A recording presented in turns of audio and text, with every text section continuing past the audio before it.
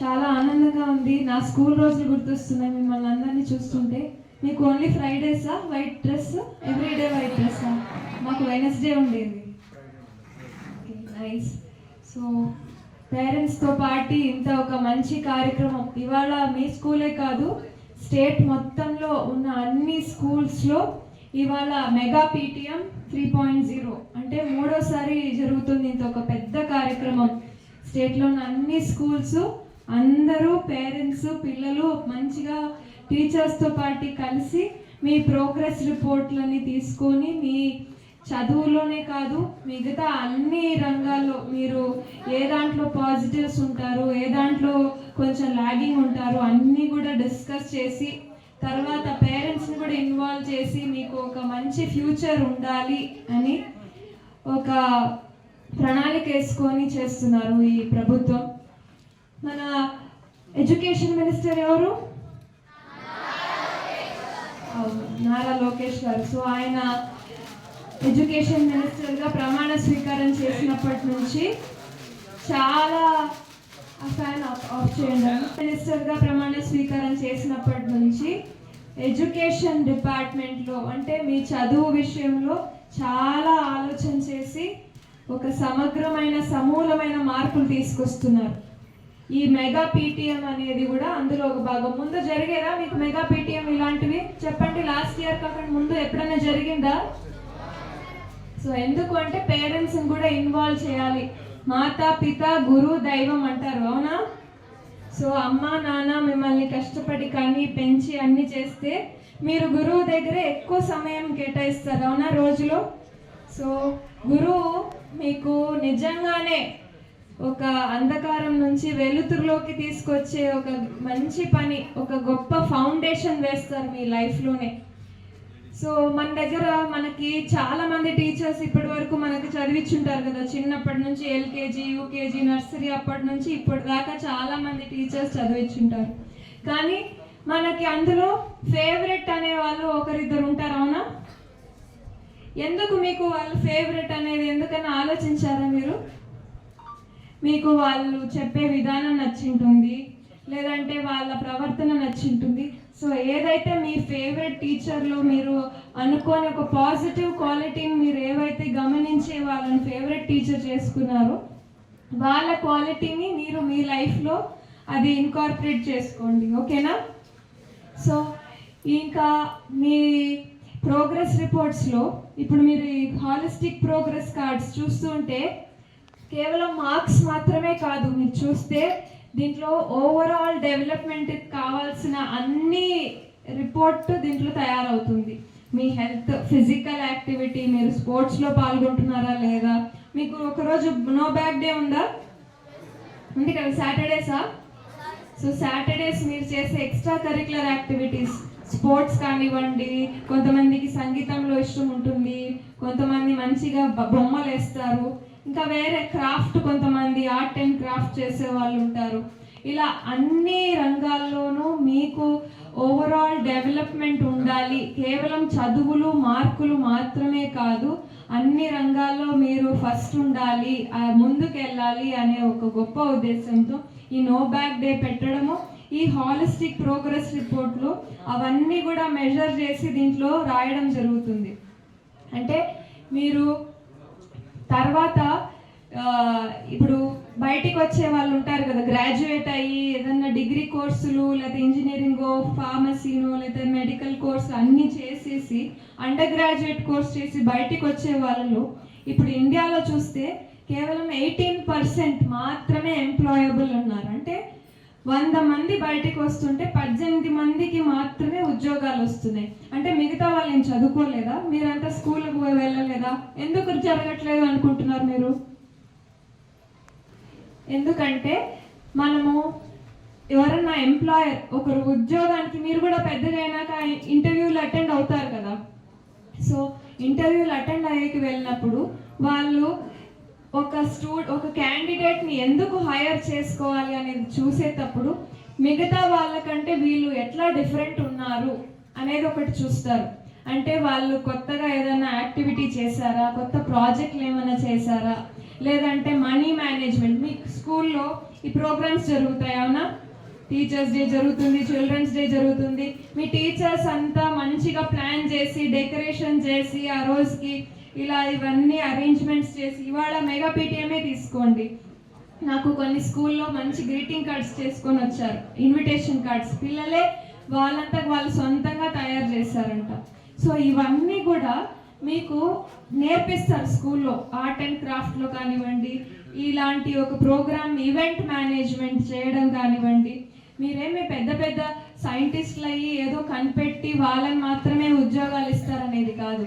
You should stand out from the crowd. అంటే మామూలు జరిగే చదువులు కాకోకుండా ఏ దాంట్లో మీరు బాగా చూపించుకోగలుగుతారు. కొంతమంది మనీని కరెక్ట్గా వాడి దాన్ని ఫుల్ యూటిలైజ్ చేసి మంచిగా ప్రోగ్రామ్ చేస్తారు, అవునా?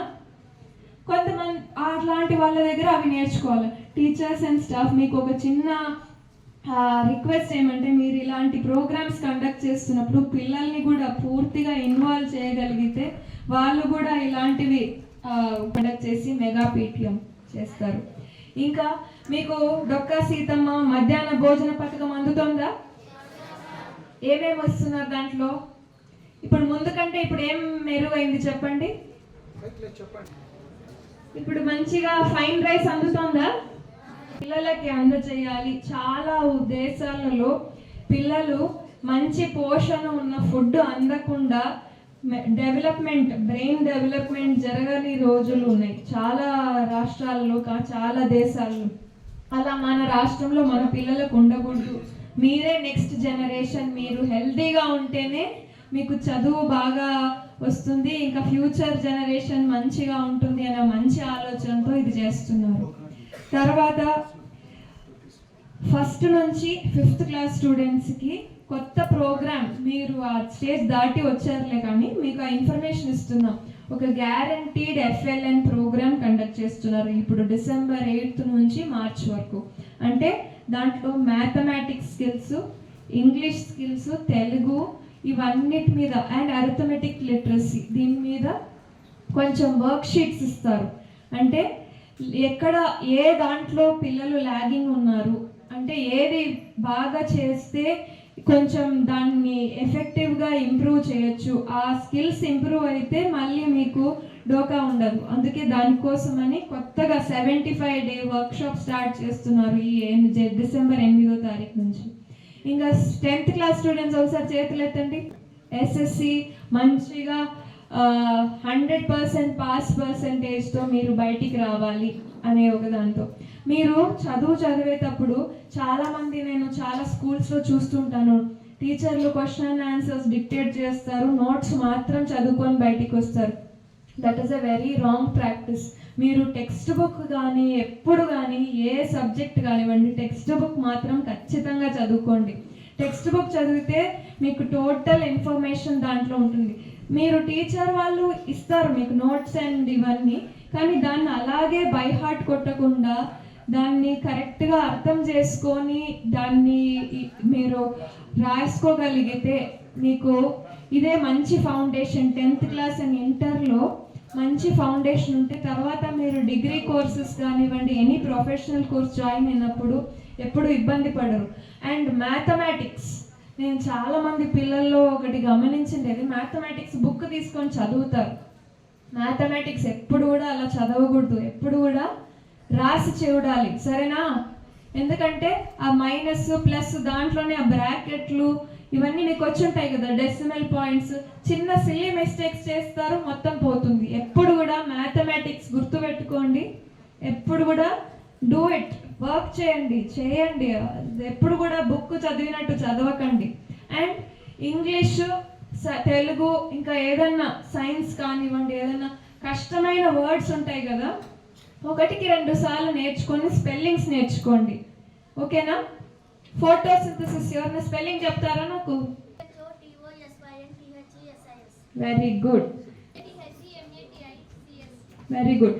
సో అప్పుడు కూర్చున్నాను, స్ప్లిట్ చేసి photo, PHOTO, photo, sin, SYN, థెసిస్, THESI, అట్లా స్ప్లిట్ చేసి మీరు స్పెల్లింగ్ నేర్చుకోగలిగితే మీకు ఎప్పుడు ఆ ప్రొనౌన్సియేషన్ గుర్తుంటుంది, ఆ సౌండ్ గుర్తుంటుంది. ఫానిక్స్ అని విన్నారు కదా, చిన్నప్పటి నుంచి నేర్చుకుంటాం.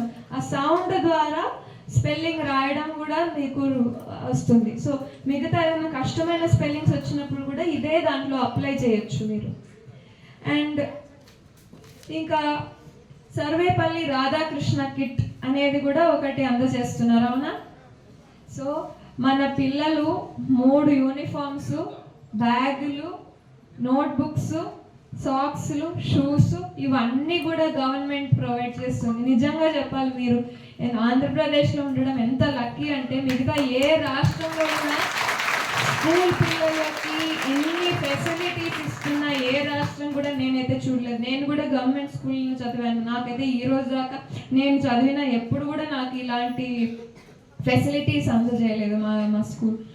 ఇంకా స్కూల్ ప్రమోట్ చేయాలి, పేరెంట్స్కి బర్డెన్ ఉండకూడదు, డ్రాప్ అవుట్స్ ఉండకూడదు అనే ఆలోచనతో ప్రతి కిడ్కి, ప్రతి చైల్డ్కి మదర్ అకౌంట్లోకి 15,000 రూపీస్ తల్లికి వందనం పథకం ఇస్తున్న ఏకైక రాష్ట్రం ఏదన్నా ఉంది అంటే కేవలం ఆంధ్రప్రదేశ్ మాత్రమే. దాదాపు 65 lakh స్టూడెంట్స్కి అందుతుంది ఈ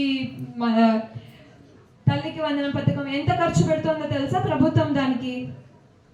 మీకు ఐడియా ఉందా ఏమన్నా? ఒక రఫ్ ఫిగర్ చెప్తారా? 7,000 కోట్ల రూపాయలు పైచులుకు అమౌంట్ కేవలం తల్లికి వందనం పథకానికి గవర్నమెంట్ స్పెండ్ చేస్తుందంటే పిల్లలే ఫ్యూచర్ అనే ఒక ఆలోచనతో ఇంత ఒక గొప్ప పని చేస్తున్న మన గవర్నమెంట్కి నిజంగా ఒక హ్యాండ్స్ ఆఫ్ అప్లాజ్. ఇంకొక చిన్న రిక్వెస్ట్ మీ అందరికి, అందరూ ఫోన్లు వాడతారా బాబ్జీ? లేదా అమ్మలు నాన్నలు అందరికీ ఒక చిన్న రిక్వెస్ట్, పిల్లలకి ఫోన్లు ఇవ్వండి కానీ దానికి ఒక టైం లిమిట్ అనేది పెట్టుకోండి. పిల్లలకి డిజిటల్ అవేర్నెస్ ఈ ఏజ్లో ఉండదు. ఏమి చూడాలి, ఏమి చూడకూడదు, ఎంత టైం స్పెండ్ చేయాలి అనేది ఉండదు. ఈ ఏజ్కే చాలా మందికి సోషల్ మీడియాలో అకౌంట్లు, ఫేస్బుక్, ఇన్స్టాగ్రామ్లో అకౌంట్లు ఉంటాయి, అవునా? ఉన్నాయా? చేతులు ఎత్తండి. చరిత్ర సృష్టించినోడు ఇప్పుడు ఆ చరిత్రని తిరగరాయబోతున్నాడు. అబద్ధాల గోడల్ని బద్దలు కొట్టి నిజాలను రాగా మీ ముందుంచబోతున్నాడు. నిజమైన వార్తల కోసం వెంటనే డౌన్లోడ్ చేసుకోండి రా యాప్ని.